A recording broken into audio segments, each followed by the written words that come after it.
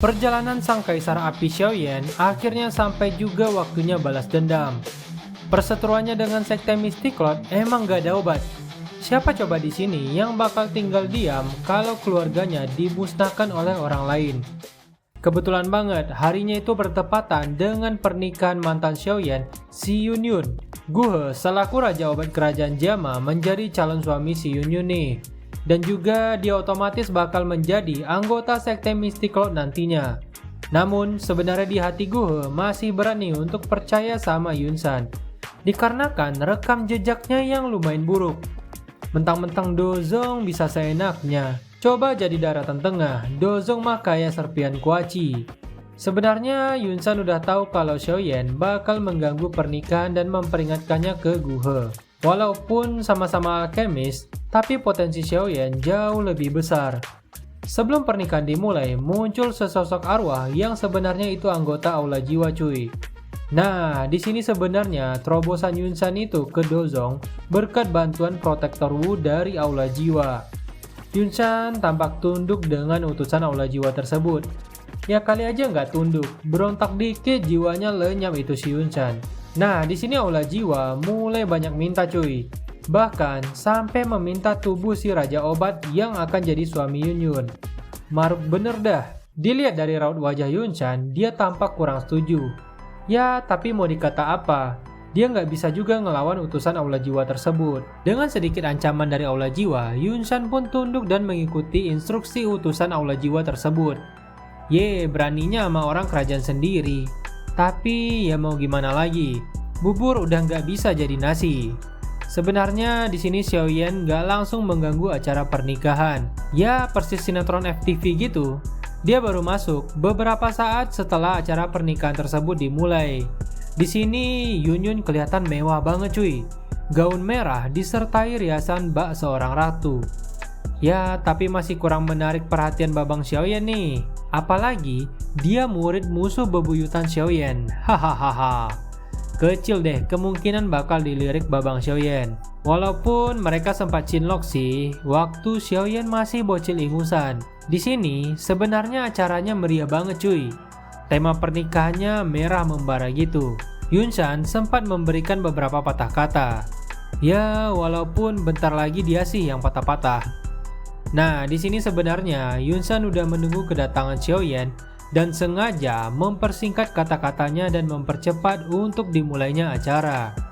Dan bener aja, belum beberapa menit Xiaoyan langsung muncul. Kemunculannya ini heroik dan epic banget cuy. Didampingi oleh supporter dari Akademi Jianan beserta pengikut dari sekte Xiao yang baru didirikannya. Nggak nyangka, dalam waktu beberapa tahun aja, dia udah bisa ngumpulin kekuatan semengerikan ini. Kemunculannya mengagetkan semua tamu yang hadir di pernikahan tersebut.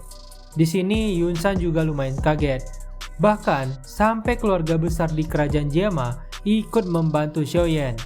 Mereka sempat berdialog nostalgia nih terkait keluarga Xiao.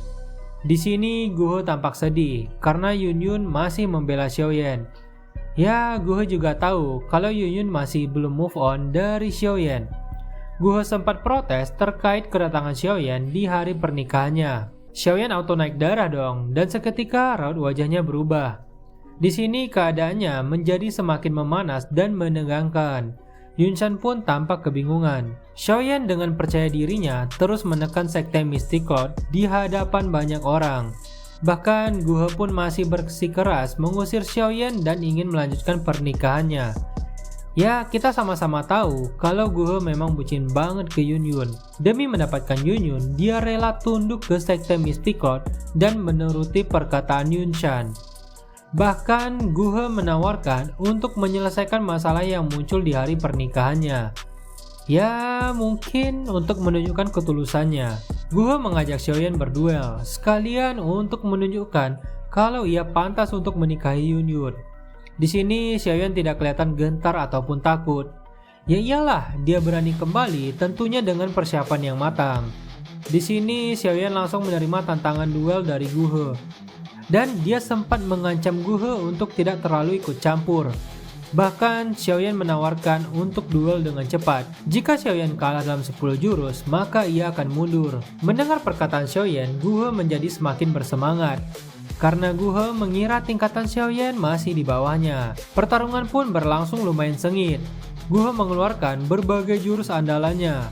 Namun kelihatannya Xiaoyan tidak terlalu kerepotan nih menghadapi jurus pamungkas dari Guhe. Dia hanya menahan diri karena masih harus melawan Yun Chan.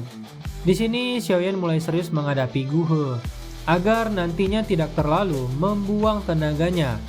Padahal nih Guhe udah ngeluarin semua jurus pamungkasnya. Bahkan Guhe juga mulai kewalahan menghadapi Xiaoyan.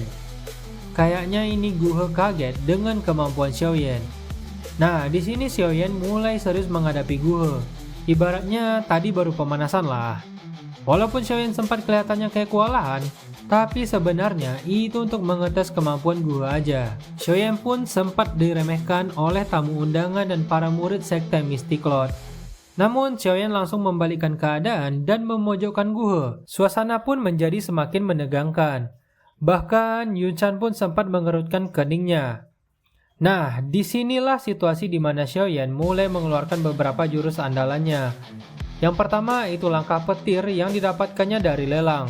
Siapa sangka jurus tempur ini bakal jadi andalan Xiaoyan ke depannya. Nah, di sini Guhe benar-benar dibingungkan oleh jurus Xiaoyan. Bahkan saat ingin melawan, Xiaoyan langsung muncul dengan jurus keduanya. Pertarungan dua Douhong ini menjadi semakin sengit. Gesekan pertempuran menghancurkan tenda pesta mereka nih. Yun Yun pun masih tampak pasrah berdiri di pelaminan. Ternyata setelah pertarungan sengit, Xiaoyan berhasil mengalahkan Guhe. Kejadian ini membuat kaget para tamu undangan dan juga murid sekte Mystic Cloud. Guhe ini sebenarnya bijaksana loh guys. Dia menerima kekalahan yang dialaminya. Sesuai dengan kesepakatan awalnya, jika Guhe kalah maka ia tidak ikut campur dan mundur menjadi suami Yun Yun. Dengan kalahnya Guhe, maka berkuranglah musuh yang harus dihadapi Xiaoyan nantinya. Bahkan para tamu undangan pun beberapa ada yang meninggalkan pesta. Yun Chan selaku ketua sekte Mystic Cloud gak terima dong. Akhirnya tinggal pihak Xiaoyan dan pihak sekte Mystic Cloud aja. Perang antara kedua belah pihak tidak akan terlewatkan. Masing-masing pihak langsung masuk ke dalam mode tempur. Di sini Xiaoyan masih bisa-bisanya mengolok-olok Yun Chan. Yun Chan pun terpancing emosi dan mengungkit soal ayah Xiaoyan yang ditahan di suatu tempat. Dan bahkan Yun Chan juga menyinggung soal tubuh arwah yang ada di dalam tubuh Xiaoyan. Perkataan inilah yang membuat asumsi Xiaoyan tentang aula jiwa semakin pekat. Yun Chan pun langsung turun tangan untuk menghadapi Xiaoyan, dibantu dengan formasi dari sekte Mystic Cloud. Di sini sebenarnya mungkin Yun Chan udah ragu guys menghadapi Xiaoyan. Tanpa pikir panjang, Xiaoyan pun langsung menyerang Yun Chan dan masuk ke dalam mode tempur. Di sini Yun Chan awalnya meremehkan Xiaoyan, tapi setelah Xiaoyan bergerak dia lumayan kaget guys.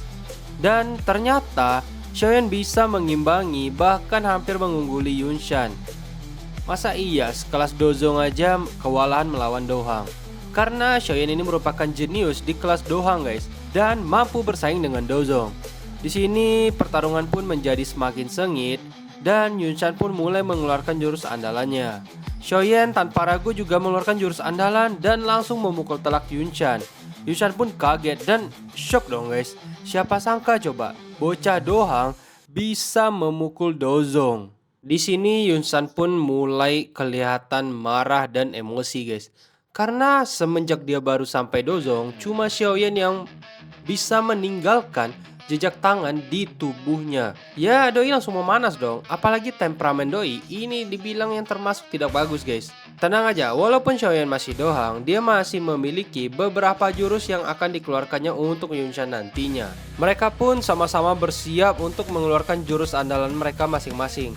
Karena mereka mungkin tahu ya, kalau lawan mereka ini tidak mudah untuk dihadapi. Pertarungan pun semakin sengit. Di sini kalian bisa melihat Douhong melawan Dozong yang kekuatannya hampir setara guys. Bahkan mungkin Dozong ini si Yun Chan bisa dikalahkan oleh Xiaoyan. Karena kita belum tahu amarah teratai api Buddha yang dikeluarkan oleh Xiaoyan itu bisa sekuat apa. Akhirnya guru Xiaoyan menunjukkan dirinya guys. Di sini sempat plot twist sih. Dan jujur gue juga kaget. Karena gurunya tiba-tiba muncul dalam pertarungan. Yunshan pun juga kaget, bahkan semua orang pun kaget guys. Di sini Yunshan dipukul telak oleh guru Xiaoyan beserta Xiaoyan. Keadaan pun sudah terbalik. Di sini Yunshan mulai terpojok. Ya, walaupun protektor atau utusan dari Aula Jiwa belum menunjukkan dirinya, tapi Yunshan ini tidak kaget guys, karena dia tahu protektor atau Aula Jiwa bakal menunjukkan dirinya untuk menangkap guru Xiaoyan ini. Karena seperti yang kalian tahu, guru Xiaoyan ini merupakan salah satu alkemis terkenal dan terhebat di daratan tengah. Kekuatannya di masa puncak bahkan bisa menyamai kekuatan leluhur di daratan tengah guys. Ngeri gak tuh? Kalian bayangin aja kalau kondisi puncaknya itu gimana kekuatannya. Di sini Aula Jiwa pun mulai menunjukkan dirinya. Karena dia udah nggak tahan nih, ketemu mangsa empuk yang bahkan dicari selama ini oleh ketua sekte dari Aula Jiwa. Semua orang pun kaget karena mereka nggak nyangka ada makhluk semengerikan ini di kerajaan mereka. Tapi Xiaoyan dan gurunya tidak terkejut karena mereka udah tahu kalau ada Aula Jiwa di belakang si Yunshan ini. Nah, di sini nih kayaknya situasi udah mulai terbalik lagi. Dimana yang awalnya satu dozong satu dohang melawan satu dozong, sekarang dua dozong melawan satu dozong dan satu dohang. Menurut kalian ini bakal bisa dimenangkan oleh Xiaoyan apa enggak nih? Mimin sih ragu ya, karena kekuatannya udah beda jauh. Walaupun guru Xiaoyan ini hebat, tapi dia tetap aja tubuh jiwa yang jadi sasaran empuk oleh Aula Jiwa. Karena Aula Jiwa memiliki metode khusus untuk menangkap tubuh jiwa guys. Di sini kekuatan dua dozong bertempur semakin ngeri. Bahkan retakan ruang yang hanya disebabkan oleh dua dozong itu bermunculan. Di sini protektor dari Aula Jiwa mulai kewalahan. Kayaknya sih dia meremehkan kekuatan guru Xiaoyan. Walaupun guru Xiaoyan ini merupakan tubuh jiwa, tapi pada masanya dia merupakan dozun puncak guys. Nah, Yunshan kan tadi udah terluka ya. Sekarang giliran dia melawan Xiaoyan sendirian. Awalnya sih dia percaya diri, tapi kayaknya ini menurut Mimin ya, Xiaoyan masih punya jurus lain yang mungkin bisa mengalahkan si Yunshan. Ternyata benar aja guys. Serangan Yunshan dipukul balik oleh Xiaoyan. Di sini Yunshan pun juga terluka parah. Mimin sih nunggu amarah teratai Budanya ya. Kalau dengan amarah teratai Buddha itu pasti bisa langsung menghancurkan si Yunshan ini guys. Tapi ya kita nggak tahu gimana taktik Xiaoyan ini. Nah, di sini mereka berdua sama-sama kewalahan dan Yunshan pun mulai percaya diri guys kalau dia masih bisa mengalahkan Xiaoyan. Menurut Mimin ya, ini udah nggak masuk akal. Sekuat apa sih si Xiaoyan? Karena bisa membuat seorang dozong terluka begitu parah saat dia menjadi dohang guys. Nah, di sini Xiaoyan udah mulai ambil ancang-ancang untuk menggunakan amarah teratai api Buddha. Tapi dia menggunakan amarah teratai api Buddha ini berbeda dari amarah teratai api Buddha sebelumnya. Dia bakal menggabungkan 3 jenis api surgawi. Kalian bakal melihat seberapa dahsyat penggabungan 3 jenis api surgawi dalam jurus teratai api Buddha.